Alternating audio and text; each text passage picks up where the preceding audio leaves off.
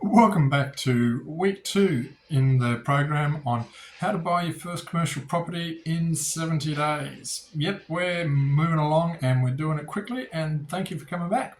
So, today we're actually going to talk about what people think is the hardest thing about getting a commercial property, and that's finance. Well, I've had the number of times people are sort of saying, "Oh, that contract fell through. Is that because of finance?" Or, "Oh, I guess they couldn't get the money from the bank." Yeah. And whilst that is a big aspect of a lot of contracts, it's not actually the main one. The main issue that people have is in regards to the mentality, the mental space. For argument's sake, I had one this week. We've been working several months on getting a contract together, had a couple of inspections, lots of talks, lots of due diligence, and the buyer just pulled the plug. No, not playing. Thanks very much. And why is that? Not because of finance, but because of the fact that they could not handle the lifestyle change that this particular asset was going to require for them. It was a country property, and they just weren't ready mentally for that change. And that's why we spent the first week looking at mental stuff. We looked at the commercial property types that are available so that you can pick one and focus on one. We looked at your goals in regards to why you want a commercial property and support mechanisms you've got. We looked at a SWOT analysis, looking at your strengths, your weaknesses, your opportunities, and your threats. Having a look at the internal strengths that you've got and the internal weaknesses you've got. We looked at psychology with the MBTI, Myers-Briggs Type Indicator, so that you can appreciate your personality type and match that also in your journey, realizing when these traits are strong and when these traits may be a weakness for you. And we also had a look at doing a one-page attack plan. So if you've cheated and you've just jumped onto week 2, go back to the other stuff because it's all important. But as promised, today we're going to talk about finance. And in particular, I'm going to talk about how much are you worth. So when you call your bank, is the bank who knows you going to return your call or even take your call? Or they're going to say, "Oh no, I know Peter and not worth spending time with him." Now, we are going to use a tool called a balance sheet. Now, a balance sheet is very much a business tool. It's something that accountants use and the finance industry uses. Each month, they will run a balance sheet against a business. And essentially, a balance sheet has on one side, it looks at what assets you have. And on the other side, it has a look at what liabilities you have. And hopefully, your assets are bigger than your liabilities, so you're actually worth something. All right. For those who need concrete examples, let's try this for a concept. Let's say you have a house and you've paid most of the mortgage off. You paid off your car, you got a little bit of superannuation, you add up all your bits and pieces in your balance sheet, and it works out that you are worth 100 grand. And then you go and buy a commercial property, which is 80 grand. So you're looking pretty good. Life is enjoyable. And then take an extreme example. I'm sorry, some foreign country comes in and attacks the suburb that you're got your commercial property in. It's destroyed, demolished by drones and bombs and everything like that. Yeah, have some fun with your imagination. I am. And you've got nothing left. And the insurance company says, "Hey, we ain't covering that, boy. You're on your own." So the bank will come up and tap you on the shoulder and say, "Well, you still owe us 80 grand. And since you have 100 grand worth of value, you're going to pay me the 80 grand, so you'll be left with 20 grand. So yeah, you may have to sell your house and assets, won't be pretty, but the bank knows it gets its money. Now, let's have a look at a typical Australian situation, if not typical around the world. Let's say you're renting and you got kids and life is hard. You got loans all over the place and you got an old car and probably credit cards. And it actually works out that when you've done all your mathematics, which we'll show you later, you've done your mathematics and you're only worth 20 grand. And the bank says, "Oh, that's all right. We like you. You're a good guy, Peter. We'll give you 80 grand for the building." So you bought your building and you're feeling good. Same scenario. The bad guys come, blow the suburb up, wipe it off the face of the earth. The insurance company says, "Nah, not interested. You can take care of that one yourself." And the bank comes up to you and says, "Well, you still owe us 80 grand, but you're only worth 20 grand. So you're 60 grand short." Bank ain't going to be happy. And that's what they looked in regards to terms of, okay, if the world goes pear-shaped and they need to sell that property straight away, are they going to get their money back? And that's what they mean by net worth. Your net worth needs to be significant enough for them to be able to reclaim their money if they need to. That's it in a nutshell.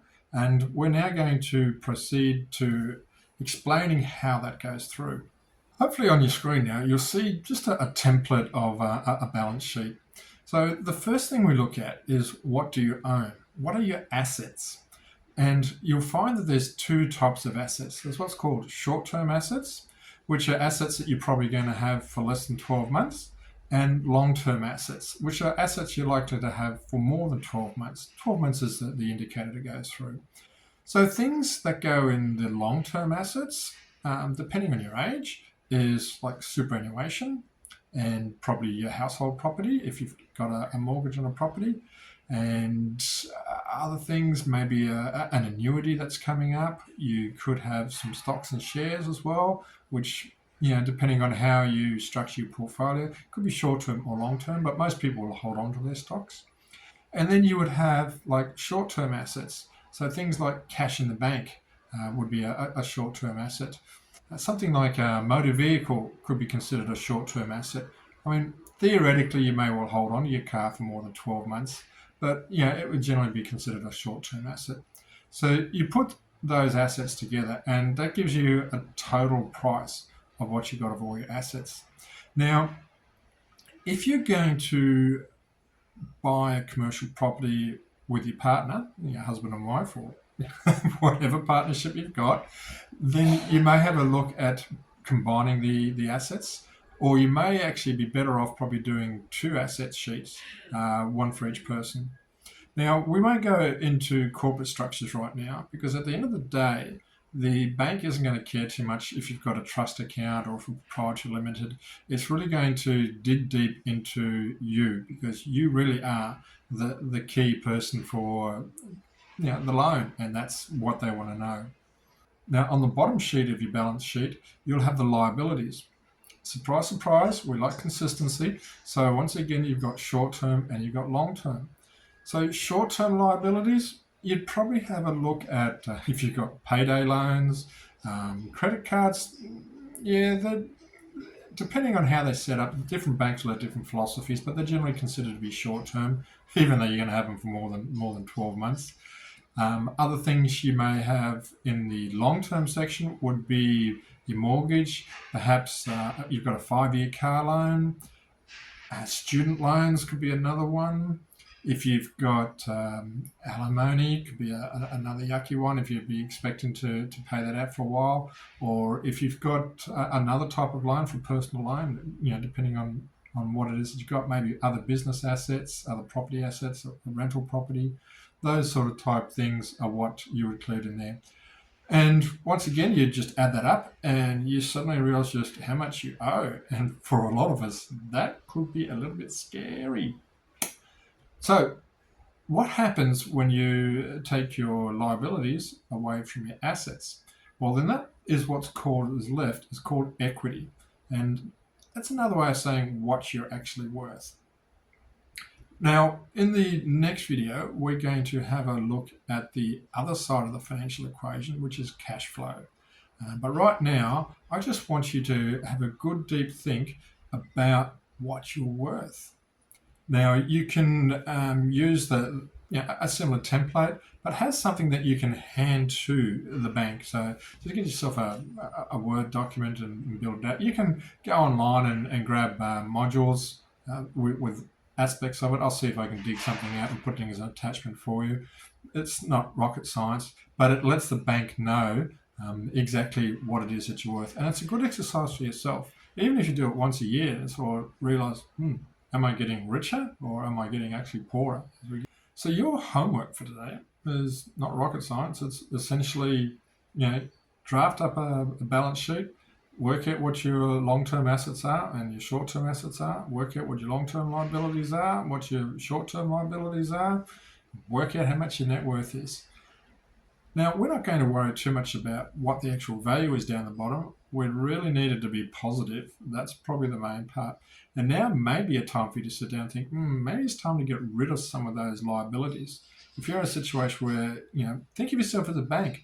Are you going to have enough money for a bank to be comfortable to know that if the world collapsed and some foreign power took over your building, are you still going to be able to pay the bank the amount of money on the mortgage? So the next video in the series, like I said, we're going to have a look at profit and loss and have a look at cash flow, because that is what gives you the ability to pay. So right now you've got the ability to pay back if the world collapses, but what happens on a month-by-month basis? Have you got the ability to pay? And that's what we're going to talk about in regards to profit and losses.